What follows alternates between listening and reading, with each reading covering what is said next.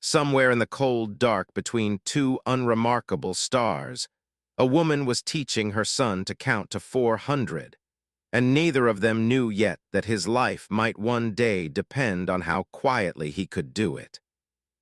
She did not know it either, not in that exact moment, sitting in the ordinary hum of a freighter's crew quarters with her daughter's small hand wrapped around hers. All she knew was that the convoy carrying her family had gone quiet in a way convoys were not supposed to go quiet, that the escort cutter's chatter on the family channel had cut off mid-sentence, and that somewhere above them, on a deck she could not see, something had just changed. 3 freighters and a single, unremarkable escort cutter. No fleet registry markings beyond the standard civilian transponder codes. No military transponder chatter on any frequency his own scanners bothered to check.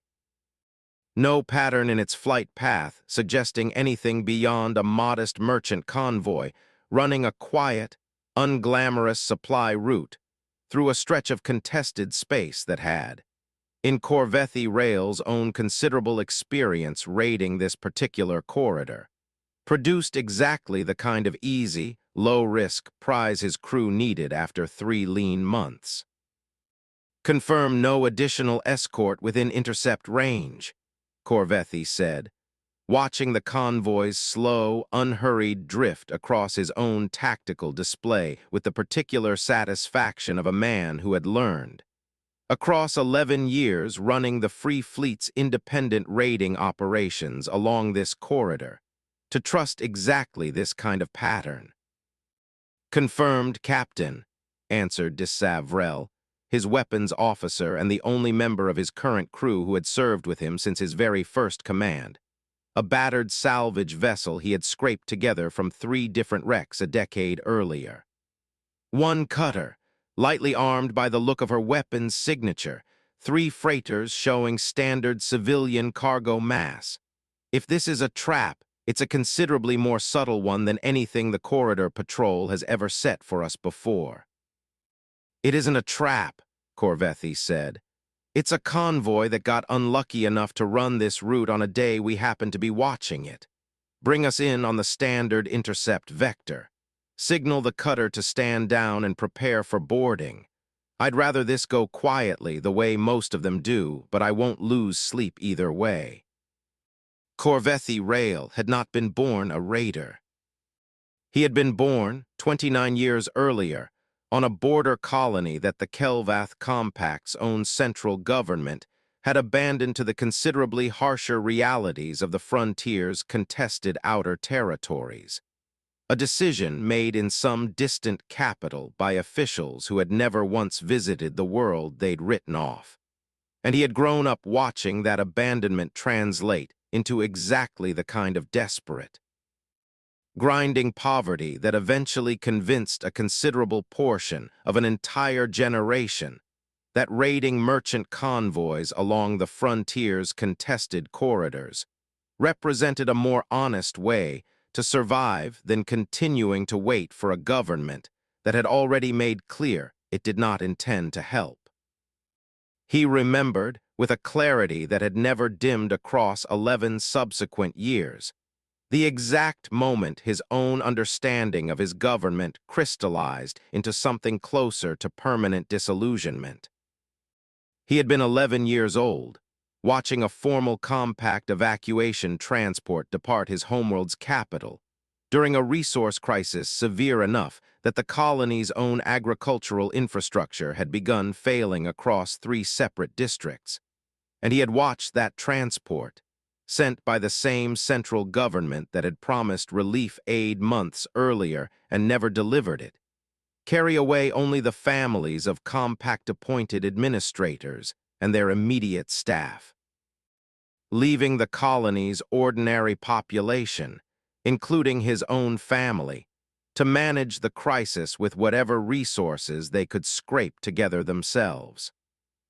His own father, a mid-level agricultural engineer who had spent years quietly, faithfully petitioning for exactly the kind of support that evacuation transport represented, had watched it depart with an expression Corvethy, would carry in his memory for the remainder of his life. A particular, quiet devastation that no subsequent explanation or apology from compact officials ever managed to meaningfully address.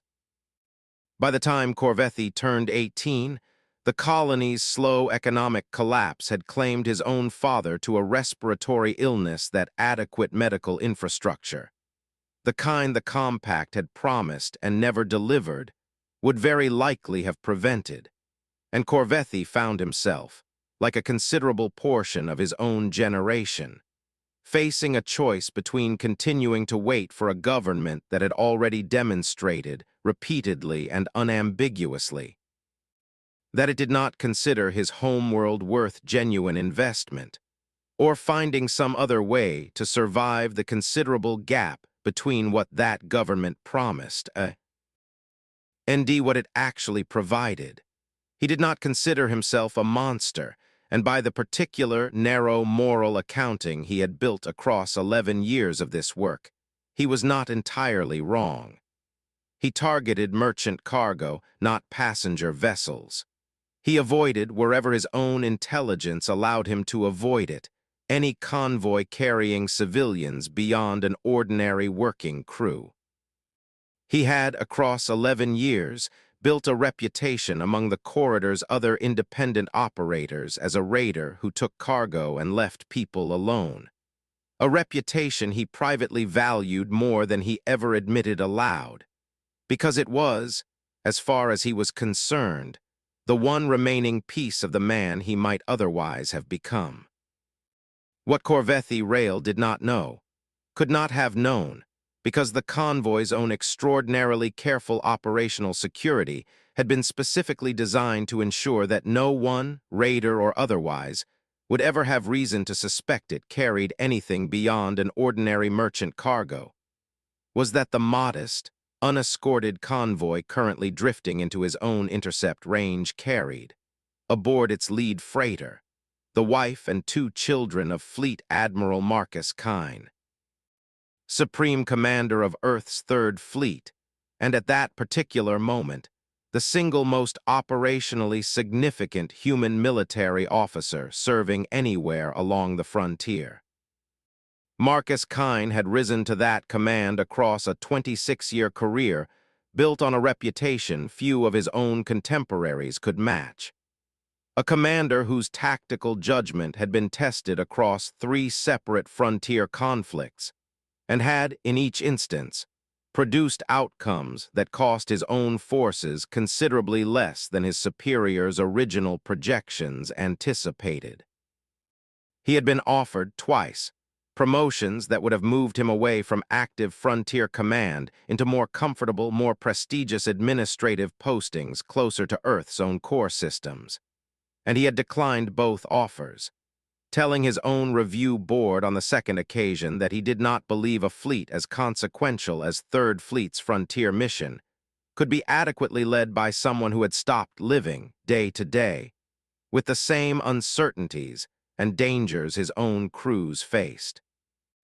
That decision had cost his family considerably, across the years, instability and safety both, a cost Lena herself had accepted with open eyes when she married him, understanding fully what kind of life a career like his would require of the people who loved him.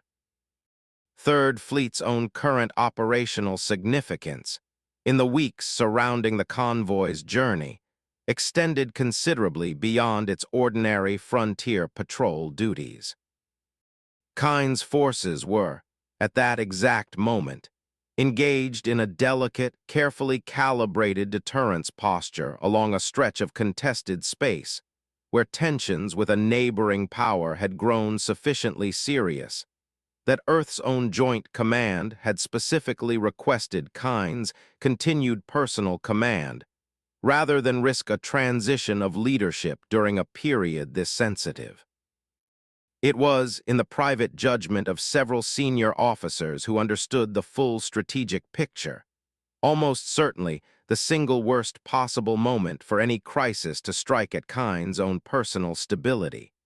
a fact that made Lena's insistence on maintaining the family's ordinary rhythms and routines, rather than allowing the surrounding tension to reshape every aspect of their lives, feel to her both entirely reasonable and, in retrospect, considerably more fraught than she had allowed herself to acknowledge at the time.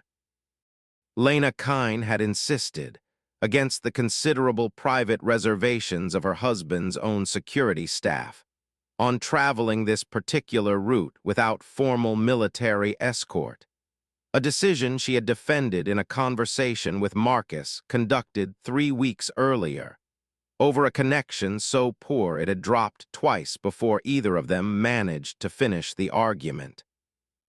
The trip itself carried a significance considerably beyond its outward appearance as routine travel.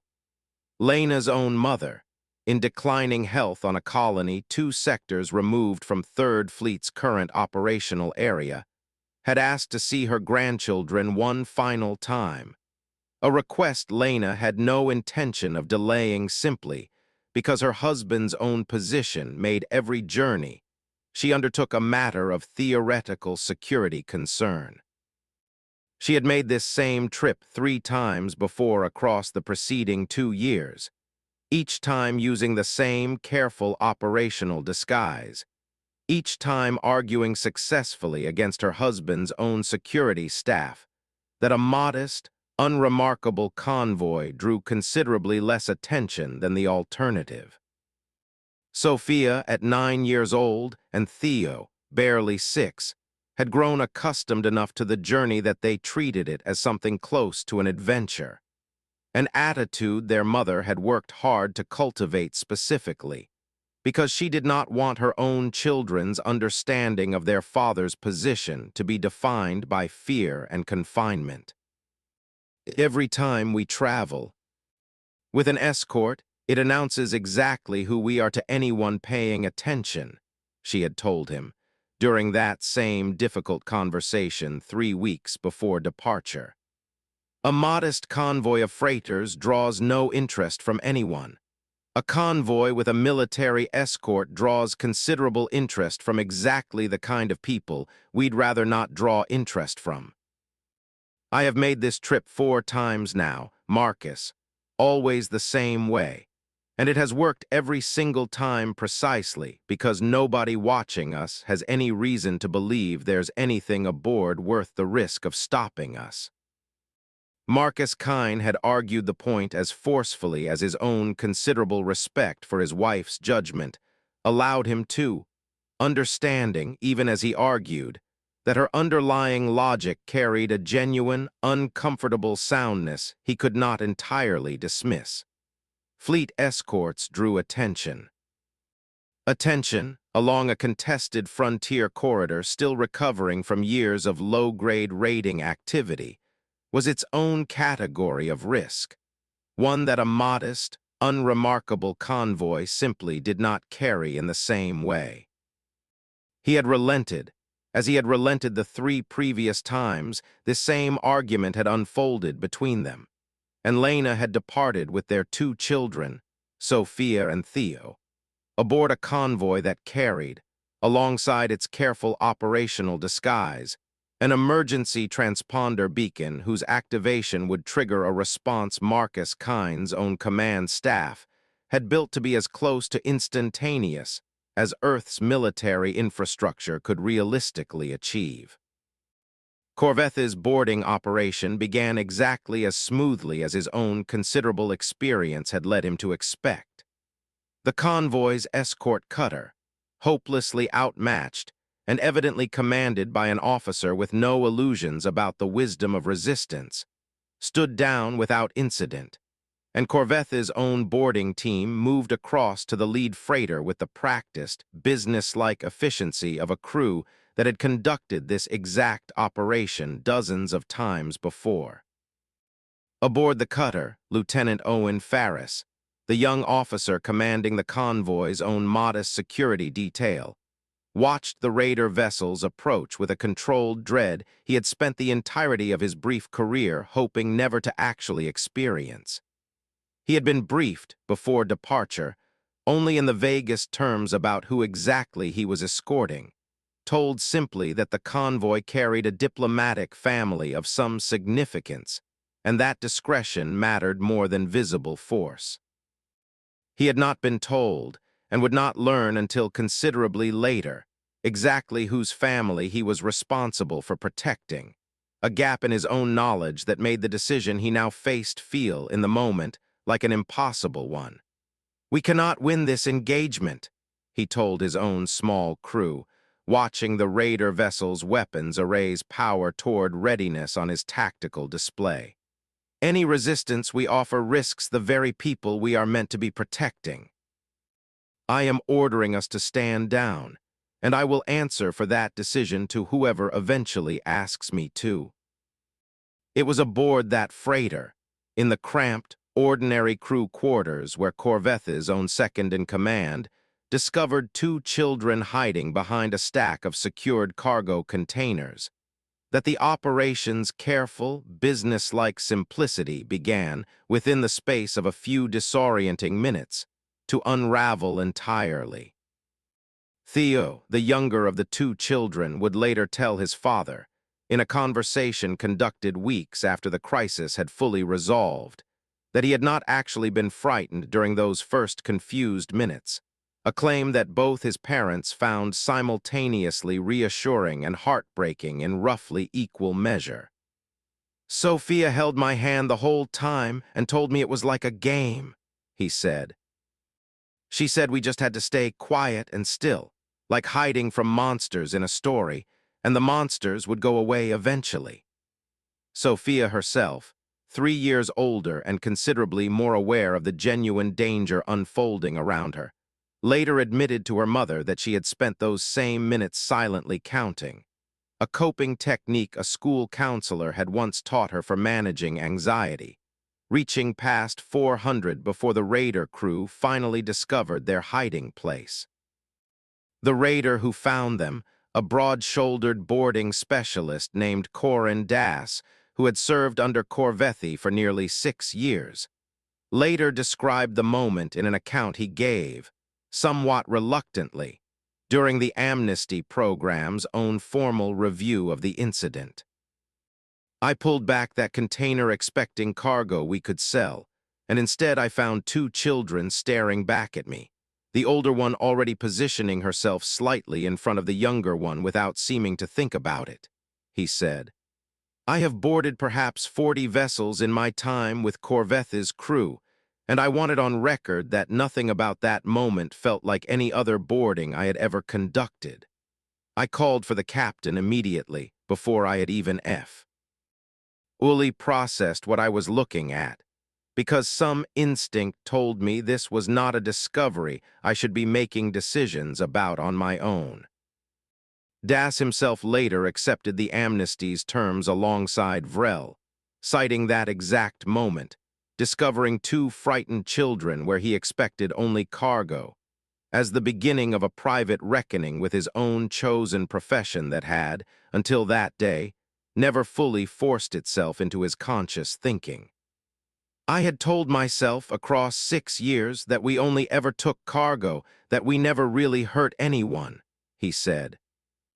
"Finding those children taught me that the harm I told myself we avoided was always closer than I wanted to admit, and that it was only Corveth's own insistence on the rule that had kept it from ever actually reaching anyone.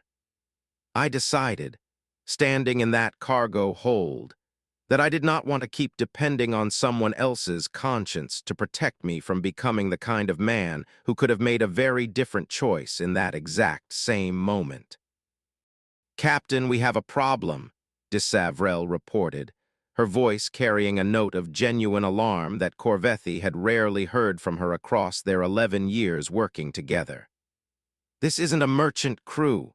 We've got civilians aboard, 2 children, a woman claiming to be their mother, and cargo manifests that don't match anything in the freighter's official registry. Something about this convoy is not what our intelligence told us it was." Corvethi felt something cold settle into his chest, the particular, unwelcome clarity of a man realizing, in real time, that a routine operation had just become something considerably more complicated and considerably more dangerous than anything his own careful 11-year rule against targeting passenger vessels had ever prepared him to navigate. "Get me a name," he said. "Now." The name, when it finally arrived, delivered by a communications technician who had cross-referenced the freighter's confiscated personal effects against every public record his own limited database access could reach, hit Corvethi with a force that no weapon he had ever faced in 11 years of raiding had managed to replicate.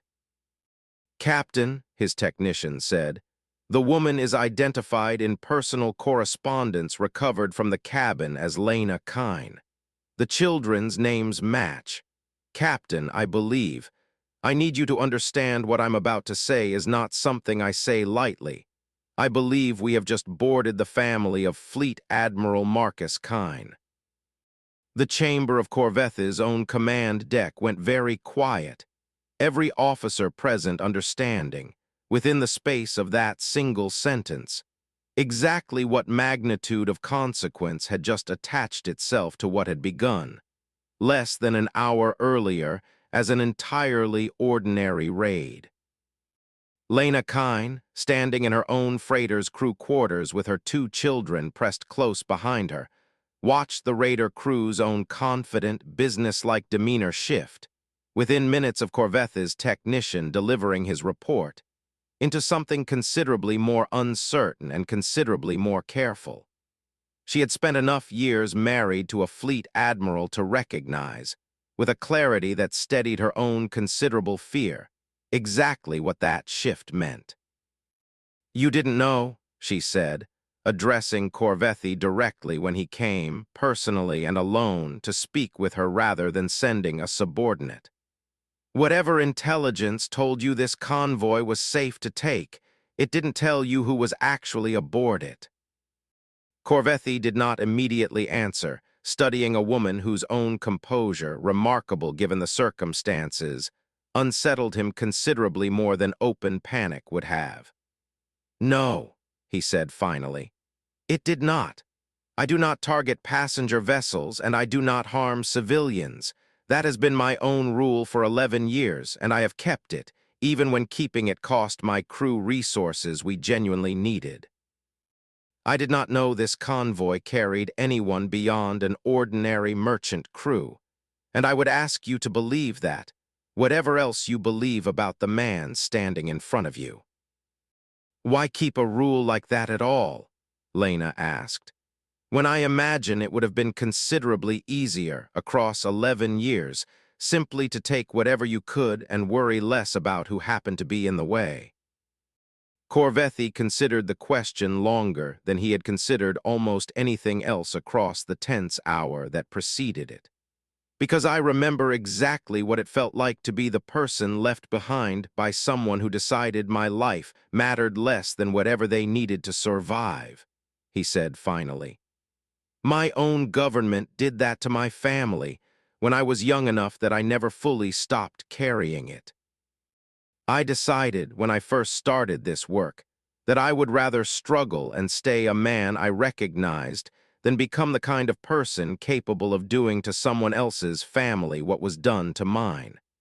I have kept that decision through 11 considerably difficult years, Mrs. Kine. I would like to keep it THR. This one as well, if you'll allow me the chance to prove it rather than simply asking you to take my word for it." Lena studied him for a long moment, her own children still pressed close behind her before answering. "I don't think either of us has much choice about what happens next, Captain. But I will tell you this.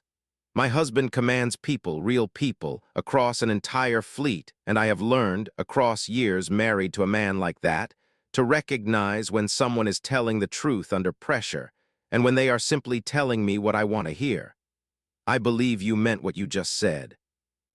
I don't know if that belief is going to matter very much to whatever comes next, but I wanted you to know I believed it regardless." "I believe you," Lena said, with a directness that caught Corvethi somewhat off guard. I don't think that changes very much about what happens next for either of us.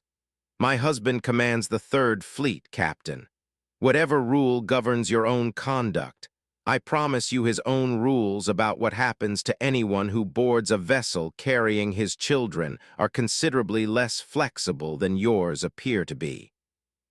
The emergency transponder beacon, activated automatically the moment the convoy's escort cutter had stood down under boarding threat, reached Third Fleet Command within minutes, and Fleet Admiral Marcus Kine received notification of the crisis while standing on his own flagship's command deck, 3 sectors away, reviewing an entirely unrelated logistics briefing that his own aide interrupted with a directness that told him, before a single word of explanation had been delivered, exactly how serious whatever news was about to follow would prove to be.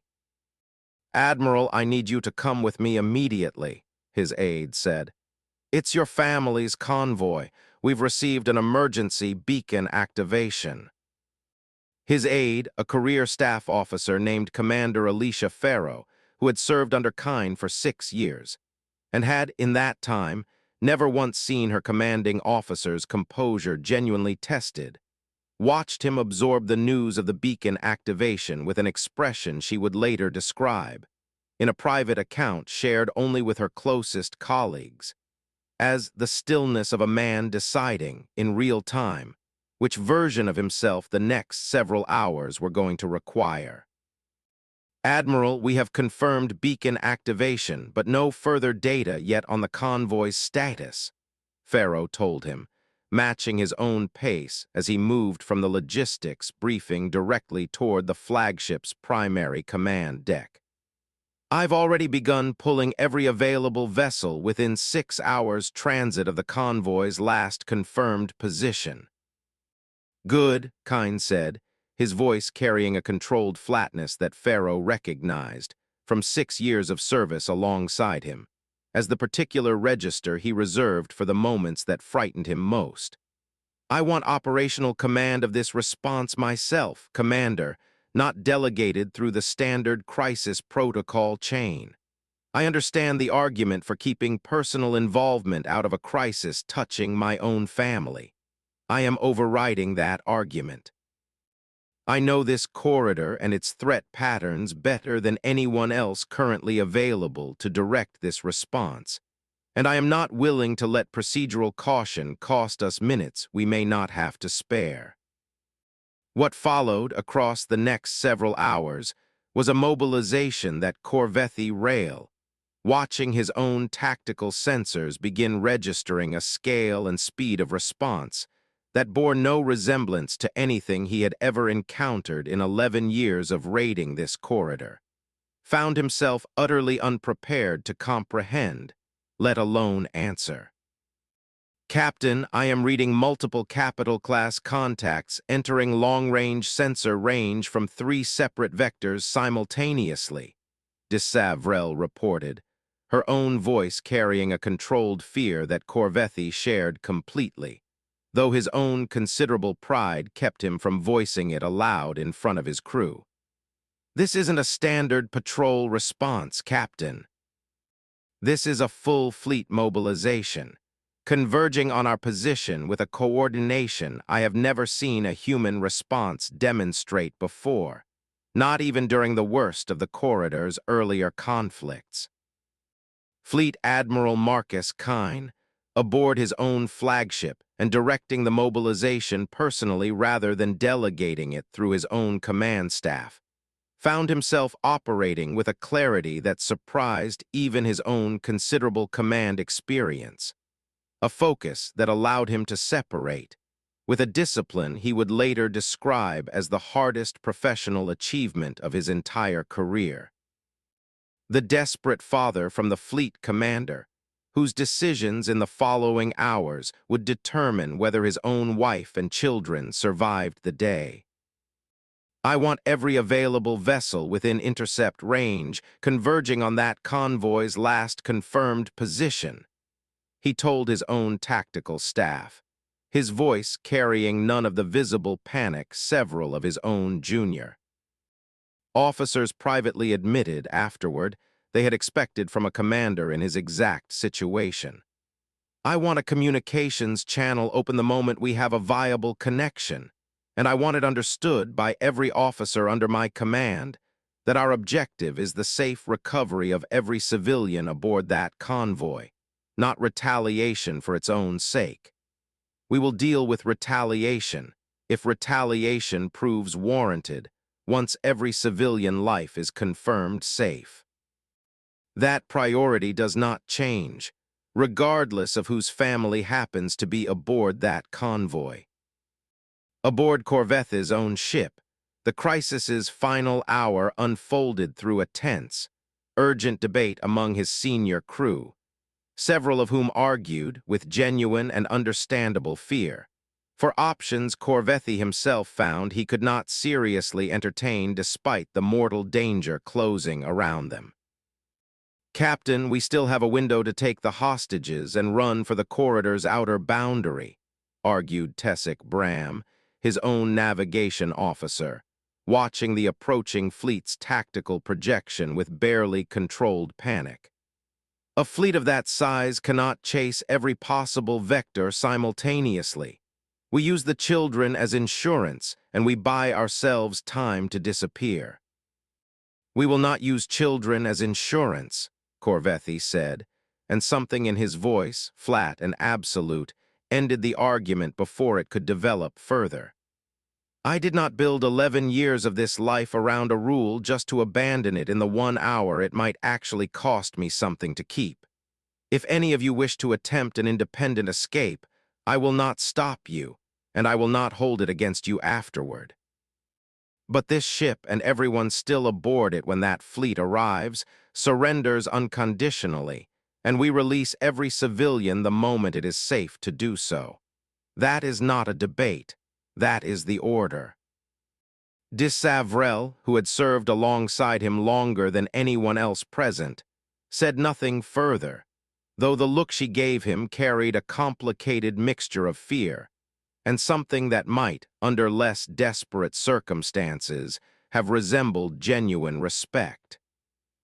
Corvethi, watching the human fleet's overwhelming, coordinated approach continue closing on his own position with a speed that offered no realistic prospect of escape, made a decision in the crisis's final desperate hour that would, in the years that followed, come to define how both human and Kelvath accounts of the incident eventually chose to remember him. "Open a channel to the approaching fleet," he told his own communications officer. "Direct transmission, my own voice, no encryption. I want them to hear this before they arrive, not after." The channel connected, and Corvethi found himself, for the first time in his considerable career, addressing an adversary he had no realistic prospect of successfully fighting or fleeing, with nothing remaining to him beyond the particular, narrow honesty that had guided his own conduct across 11 years of raiding this corridor. "This is Corvethi Rail, commanding the vessel currently holding the convoy you are approaching," he said. "I want it understood before your fleet arrives that I did not know who traveled aboard this convoy when my crew boarded it. I have not harmed the civilians in my custody, and I do not intend to. I am prepared to release them immediately and unconditionally, without condition or negotiation, the moment your fleet reaches a position where you can safely receive them. I ask only that whatever consequence follows this incident be directed at myself and my crew specifically, rather than at any broader population my actions do not represent." Fleet Admiral Kine, receiving this transmission aboard his own flagship, found himself confronting a decision considerably more complicated than the straightforward rescue and retaliation operation his own initial fury had, in the crisis's earliest hours, assumed this engagement would ultimately become. He had spent the preceding several hours fighting a private battle his own crew never directly witnessed, caught between the disciplined fleet commander, whose entire career had been built on measured, careful judgment, and the frightened husband and father whose every instinct screamed for the fastest, most overwhelming response available to him regardless of cost. Commander Farrow, watching him review Corveth's transmission in the privacy of his own ready room before bringing it before the wider command deck, later admitted she had genuinely feared in that moment that her commanding officer might order an immediate, unrestrained strike the instant his fleet came within range. Consequences to any surviving hostages be damned. He did not. He sat with the transmission for nearly 4 full minutes. In a silence Farrow chose not to interrupt, before finally speaking again, his voice steadier than she had expected it to be. "He offered surrender before we forced it from him," Kynes said, more to himself than to Farrow. "That is not nothing, Commander W. Hate for else this man has done across however many years he's been raiding this corridor. I am not going to let my own fear decide this fleet's response before I've given his own conduct a fair chance to speak for itself." "Admiral, do we trust this transmission?" his own tactical officer asked, watching the human fleet's continued approach with an intensity that reflected the entire command deck's shared, unspoken awareness of exactly whose family this operation was actually rescuing. Kynes considered the question with a discipline that cost him something his own crew would later describe, in private conversations among themselves, as the most impressive display of command composure any of them had personally witnessed. "We proceed exactly as planned, prioritizing safe recovery above all else," he said. "But I want this noted, and I want it noted clearly. A raider who surrenders unconditionally and offers immediate release of hostages before any shot has been fired in this engagement is a raider whose conduct this fleet will account for honestly, rather than treating this entire crisis as a simple opportunity for retaliation that circumstances happen to have handed us. My family's safety is this fleet's only priority right now. What happens afterward, we will determine afterward, with clear heads rather than understandable but ultimately unhelpful rage." The recovery, when Kynes' fleet finally reached effective range, proceeded exactly as Corvethi had promised, his own crew standing down entirely, offering no resistance whatsoever as Earth forces boarded the freighter and confirmed, with a relief that visibly moved several of the boarding officers themselves, that Lena Kynes and her 2 children remained entirely unharmed. Kynes himself, breaking with his own command deck's protocol in a way none of his staff felt any inclination to question, boarded the freighter personally, the moment security confirmed it safe to do so, moving through the ship's corridors with a speed that Commander Farrow, following several steps behind, would later describe as the only moment across the entire crisis when her commanding officer's careful, controlled composure had visibly cracked. He found Lena and the children still in the crew quarters where Corveth's crew had first discovered them, and the reunion that followed, witnessed only by a handful of boarding officers who each later admitted to deliberately looking away to grant the family what privacy the moment's chaos still allowed, involved considerably more tears from Fleet Admiral Marcus Kynes than any of his own crew had previously believed their commander capable of shedding in front of witnesses. "I am not letting go of any of you for a considerable while," he told them, kneeling on the freighter's cramped deck with both children pulled tight against him and Lena's hand gripped in his own. "Whatever happens next with the people who did this, that comes later. Right now, I just need to hold on to you."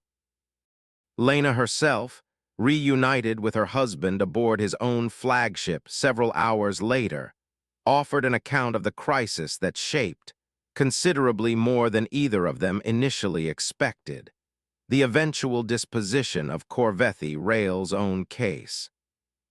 He came to speak with me himself, Marcus, rather than sending anyone else, she told her husband, in a private conversation conducted before either of them addressed the broader question of what should happen to the raider crew now in Earth custody.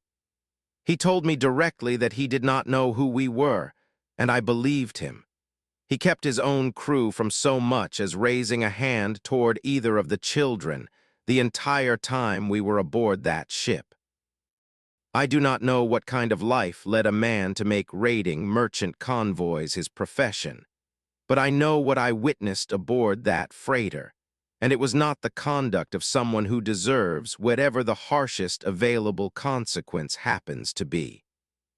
Fleet Admiral Kine, reviewing the full account of the incident alongside his wife's own testimony and the formal record of Corveth's unconditional surrender and voluntary transmission, found himself confronting a decision that extended considerably beyond his own immediate role as a frightened husband and father, into his broader responsibility as an officer whose choices would shape how the frontier's considerable population of independent raiders like CONVOY Rail might, or might not, be brought back into some more constructive relationship with formal human authority. The review committee convened to formally consider the case included several officers who had served under Kine for years and who found themselves, in the days following the crisis, genuinely uncertain how their own commander's evident personal stake in the outcome might shape a decision they knew he would insist on making with the same rigorous standards he applied to every other matter under his command. Captain Yuki Sato, one of Third Fleet's senior tactical command, and a long-time colleague whose own directness Kine had always valued precisely, because she rarely softened her assessments to spare his feelings, raised the question the rest of the committee had largely avoided voicing aloud. Admiral, I want to ask this plainly, because I believe it deserves a plain answer rather than a diplomatic one, Sato said, during the committee's second formal session. Are you confident you can evaluate this case with the same judgment you would bring to any other raider crew, given that the family in question is your own? I do not ask to question your integrity. I ask because I believe every officer in this room owes you the courtesy of raising the question you would raise yourself if our positions were reversed. Kine did not take offense at the question, understanding, as he later told his own staff, that Sato's willingness to ask it directly was itself a form of loyalty he valued considerably more than easy, unquestioning deference would have offered him in the moment. I have asked myself that exact question more times than I can count since this crisis began, Captain, and I do not believe I can offer you perfect certainty that my own judgment is entirely free of bias. What I can offer you is this. I have built my recommendation not on my own feelings about the man who happened to spare my family, but on a documented, verifiable standard of conduct. 11 years without a single credible report of harm to civilians, immediate unconditional surrender before a single shot was fired, and voluntary release of hostages offered before my own fleet had even arrived close enough to compel it. I would ask this committee to evaluate whether that standard, applied consistently to any raider who met it regardless of whose family happened to be involved, represents sound policy. If the committee's honest answer is no, I will accept that answer, whatever my own personal feelings about the specific man in question. The committee's eventual endorsement of Kine's proposed approach, delivered after considerable additional deliberation, and a formal vote that included 2 dissenting members whose objections were preserved in the record alongside the majority's decision, gave the amnesty program's origins a degree of institutional legitimacy that Kine himself believed mattered considerably more, in the long run, than any decision he might have simply imposed unilaterally through his own command authority. I did not want this program to exist because one admiral happened to feel grateful, he told the committee, once its vote had concluded. I wanted it to exist because a careful, skeptical review of the evidence concluded it represented sound policy, capable of surviving scrutiny from officers who owed me nothing, and had every reason to challenge me if my own judgment had genuinely drifted somewhere it should not have gone. I am grateful this committee gave me that scrutiny, rather than simply deferring to whatever I proposed. I could authorize whatever punishment our own military tribunals typically apply to raiders taken in the act of boarding a civilian convoy, he told his own senior staff, during the formal review convened to determine Corveth's disposition. I do not believe that would serve this frontier's genuine long-term interests, however satisfying it might feel in the immediate aftermath of what nearly happened to my own family. HFY Rail has, by every account we have gathered, including my own wife's direct testimony, maintained a genuine, consistent rule against harming civilians across 11 years of otherwise illegal raiding activity. He surrendered unconditionally the moment he understood the stakes of what his crew had inadvertently done, and he did so before any shot was fired, at a point when continued resistance, however doomed, remained tactically available to him.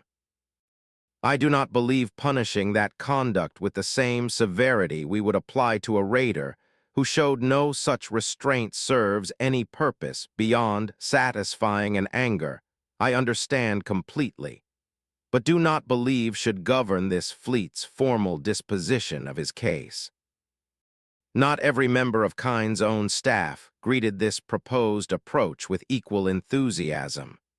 Fleet Judge Advocate Renwick Osai, tasked with formally reviewing the legal disposition of Corveth's case, raised objections during the review process that Kine himself acknowledged, even while ultimately overruling them, as entirely reasonable given the circumstances. Admiral, I understand the emotional context shaping this recommendation, and I do not question the sincerity of your wife's testimony, Osai told him, during a private session convened before the amnesty proposal's formal announcement. But I would ask you to consider the precedent this sets.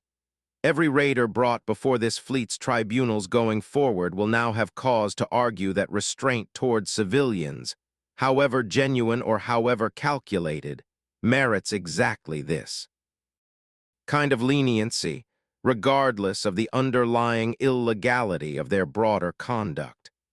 I do not believe justice should bend this dramatically around the specific identity of who happened to be aboard the vessel in question. You are not wrong to raise that concern, Judge Advocate, and I want it formally noted in this review's record that you raised it, Kine answered. But I would ask you to consider the alternative precedent we set if we punish restraint exactly as severely as we would punish its absence. If a raider who protects the civilians in his custody receives the same consequence as one who harms them, we remove any incentive for exactly the kind of restraint that kept my own children safe. I am not proposing we excuse the underlying crime. I am proposing we build a formal distinction, applied consistently and not merely to this one case, between raiders whose conduct demonstrates genuine restraint and those whose conduct demonstrates none, because I believe that distinction, properly institutionalized, will save considerably more lives across this corridor than a uniformly harsh policy ever could. The alternative Kine ultimately proposed, developed over the following weeks in consultation with Earth's own Frontier Governance Office, and somewhat unusually, with input from Corvethi himself, established a formal amnesty and integration program specifically targeted at independent raiders whose conduct met a defined standard of restraint toward civilian populations. Offering figures like HFY Rail, a genuine pathway toward legitimate frontier employment in exchange for full cooperation identifying, and, where possible, helping dismantle the more genuinely predatory raiding operations that continued to operate along the corridor without any comparable restraint. Corvethi accepted the offer with a directness that reflected, by his own later account, a genuine relief he had not expected to feel at the prospect of abandoning a life he had built, across 11 difficult years, almost entirely out of necessity rather than any genuine preference. "I did not become a raider because I wanted this life," he told Fleet Admiral Kine during the formal meeting convened to finalize the amnesty agreement's terms. "I became a raider because my own government abandoned the world I was born on, and raiding was the only trade available to a man determined to survive that abandonment without simply starving alongside everyone else who stayed. I do not expect you to forgive what my crew nearly did to your family, Admiral, however unknowingly we did it. I only ask that you understand it was never something I would have chosen to do, had I known, and that the offer you have extended represents considerably more mercy than 11 years of raiding merchant convoys likely entitles me to receive." Kine, considering this account with the same measured seriousness he had brought to every stage of the crisis's resolution, offered a response that Corvethi himself would later describe as the single most consequential conversation of his entire life. "I do not forgive easily, Captain Rail, and I will not pretend the fear I felt during those hours has fully faded, nor do I expect it ever fully will. But I have spent considerable time, across a long career on this frontier, watching good people driven toward desperate choices by circumstances no government ever adequately addressed. And I do not believe punishing you as though you were something other than what my own investigation has shown you to be serves this frontier's genuine interests, or my own family's genuine safety. Half as well as bringing you back into some constructive relationship with the authority your own government failed to extend to you in the first place. Consider this amnesty not forgiveness, exactly, but a wager that the man who kept my children safe when he had every practical reason to consider them simply useful leverage is a man worth investing in, rather than simply discarding." The amnesty program that emerged from Corvethi's own case, formally established the following year under Kine's direct sponsorship, would go on to bring several dozen independent raiders back into legitimate frontier employment over the following decade. Each case evaluated against the same standard of documented civilian restraint that had shaped Corvethi's own disposition, a legacy that Kine himself, reflecting on the program some years later, credited directly to the particular. Unlikely mercy his own wife's testimony had first made possible. "I think about how easily this could have gone differently," Kine said, in an address delivered some years later to a gathering of frontier governance officials reviewing the amnesty program's broader results. "A raider who panicked, who harmed my family out of fear rather than restraint, would have received an entirely different response from this fleet and would have deserved it. Corvethi Rail did not panic. He held to a rule he had maintained for 11 years, under considerably more pressure than that rule had ever previously been tested against, and he surrendered honestly the moment he understood exactly what stakes his crew's mistake had created. I do not believe every raider along this corridor deserves the same mercy we extended to him. I believe the ones who have genuinely earned it through conduct rather than mere claim deserve exactly the kind of second chance my own family's survival ultimately allowed us to offer. And I am grateful, more than I can adequately express, that circumstances gave us the opportunity to discover the difference." News of the crisis, and of the unusual mercy that ultimately resolved it, reached the Kelvath Compact's own central government within days, producing a reaction within that government's frontier affairs office considerably more complicated than the straightforward relief Earth's own leadership might reasonably have expected from an ally whose citizen had, however unknowingly, nearly triggered a genuine diplomatic catastrophe.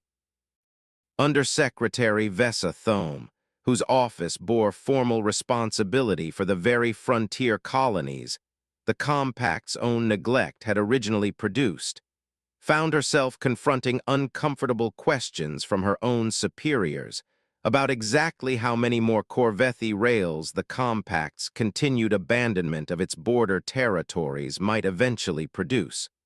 Questions she had, by her own private admission, been raising unsuccessfully within her own department for years before the crisis finally forced the wider government to take them seriously. I have submitted 7 separate reports over the past 4 years documenting the exact conditions that produce raiders like Corvethi Rail, Thome told a closed session of the Compact's own governing council, convened specifically to review the crisis's broader implications for frontier policy. Each of those reports was acknowledged and then quietly set aside, because addressing them would have required budget commitments this council consistently found easier to defer than to fund. I would ask this council to consider that we came within a single officer's personal restraint of an incident that could have permanently damaged our relationship with Earth's own government, and that the difference between that outcome and the considerably worse one we narrowly avoided was not any policy this government enacted, but the private, individual conscience of a man this government's own negligence originally pushed toward crime in the first place. I do not believe we should treat that as a fortunate coincidence to be quietly forgotten. I believe we should treat it as the clearest possible warning this council has yet received. The council's eventual response, adopted over the following year under sustained pressure from Thome's own office, and somewhat unexpectedly, informed by direct consultation with Corvethi himself regarding exactly what kind of investment his own homeworld most urgently required, authorized a modest but genuine expansion of frontier development funding, a policy shift that Thome herself credited in private correspondence with colleagues as owing considerably more to the crisis's uncomfortable publicity than to any of her own prior years of careful, patient argument. De Savrel, alongside 3 other members of Corvethi's own crew, accepted the amnesty's terms as well, each of them undergoing the same rigorous evaluation of their own prior conduct that had shaped Corvethi's own disposition. Vrel, whose 11 years alongside Corvethi had established her own reputation for the same civilian restraint he had insisted upon throughout his command, transitioned into a role training incoming frontier security personnel in exactly the kind of de-escalation practices she and Corvethi had developed, largely through hard experience, across their own years running the corridor together. I spent 11 years learning how to take cargo without taking lives, she told a group of new recruits during one of her earliest training sessions. I did not expect that particular skill to someday become the entire foundation of a legitimate career, but here we are, and I intend to make sure every person I train understands exactly why that distinction mattered enough to save my own life when it finally counted. 2 other members of Corvethi's crew declined the amnesty's terms, unwilling to accept the program's requirement of full cooperation identifying former colleagues, and continued operating independently along more remote stretches of the corridor, a choice Corvethi himself never publicly criticized, though he privately admitted in a conversation with Vrel some years later that he thought about them often and hoped whatever path they had chosen had not led them somewhere considerably darker than the one he had found.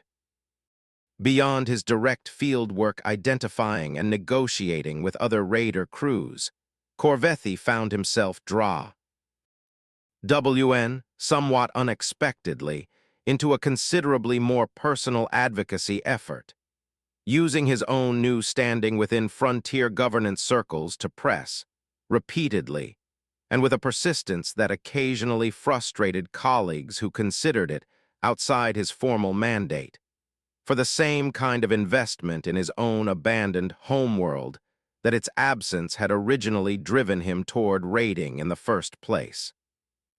He submitted, in his second year with the program, a formal proposal to the Kelvath Compact's own Frontier Development Office, arguing, with the specific, granular detail of a man who had lived the consequences of neglect firsthand, exactly what kind of infrastructure investment might prevent the next generation of his own colony's young people from facing the identical choice he had once faced himself.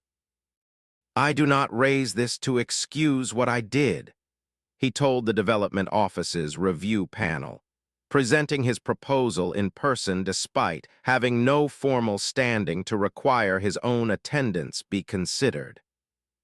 "I raise it because I have spent 3 years now working to bring raiders back from the choices desperation pushed them toward, and I have come to believe that work will always simply refill itself, one abandoned colony at a time, unless someone is also willing to address the desperation itself, rather than only the raiding it eventually produces." The proposal, though not adopted in its entirety, secured a considerably more modest medical and agricultural infrastructure commitment than Corvethi had originally requested, an outcome he described, in a private conversation with Vrel, as less than I wanted, but more than that colony has received from its own government in over a decade, and I intend to keep asking until it becomes considerably more than that.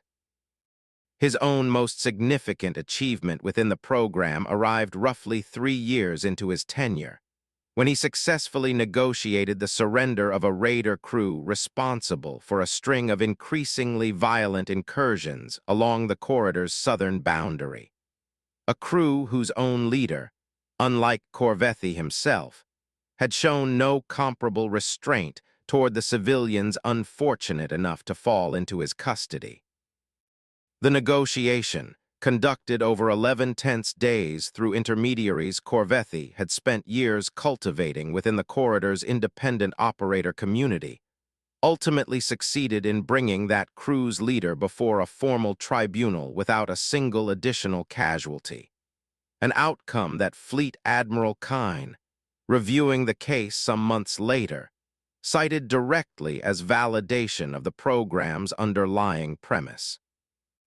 "This is precisely the distinction I argued for during Corvethi's own case," Kine told Judge Advocate Osai during a follow-up review of the amnesty program's broader results.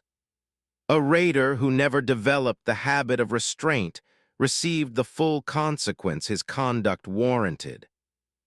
A raider who spent 11 years cultivating exactly that restraint became, instead, the reason this second, considerably more dangerous crew is now standing before a tribunal rather than continuing to terrorize this corridor unchecked.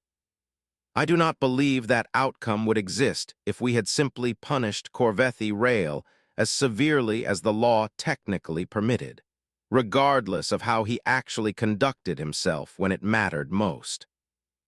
Corvethi Rail, in the years following his own formal integration into frontier governance work, became one of the program's most effective field coordinators, using his own considerable knowledge of the corridor's independent raiding networks to identify, and in several documented cases, personally negotiate the peaceful surrender of raider crews whose own conduct met the amnesty's defined standard. He maintained, throughout that subsequent career, a particular private ritual he never fully explained to colleagues who occasionally noticed it. Each year, on the anniversary of the day his crew had boarded a convoy he did not know carried a fleet admiral's family, he sent a brief, formal message to Lena Kine, thanking her, in careful and considered language, for a composure that he privately believed had done more to shape the remainder of his own life than any single decision he had made himself. Sophia Kine, 17 years old and preparing to begin her own officer training a decade after the crisis, requested, somewhat to her parents' initial surprise, a formal meeting with Corvethi Rail before she departed for the academy, a request Corvethi accepted with a nervousness he later admitted, to Vrel, exceeded anything he had felt during the crisis itself. They met at a modest frontier way station partway between their respective postings, and Sophia, who had carried only fragmented 9-year-old memories of the actual crisis, asked him questions her own parents had never fully been able to answer for her. "I don't remember being afraid, not really," she told him. "I remember counting.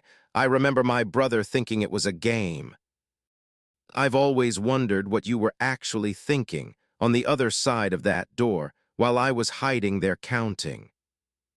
Corvethi considered the question with the same careful seriousness he brought to every conversation about that day. "I was thinking that I had built a rule for myself, years before I ever met you, specifically so that if a day like that one ever arrived, I would already know what kind of man I was going to be. Rather than having to decide it in the moment under pressure, I might not trust myself to think clearly through. I did not know, when my crew found you and your brother, that the rule was about to be tested more seriously than it had ever been tested before. I only knew that I had already decided, years earlier, what I was going to do if it ever was." "I'm glad you decided that," Sophia said, "years before you had any idea it would matter this much."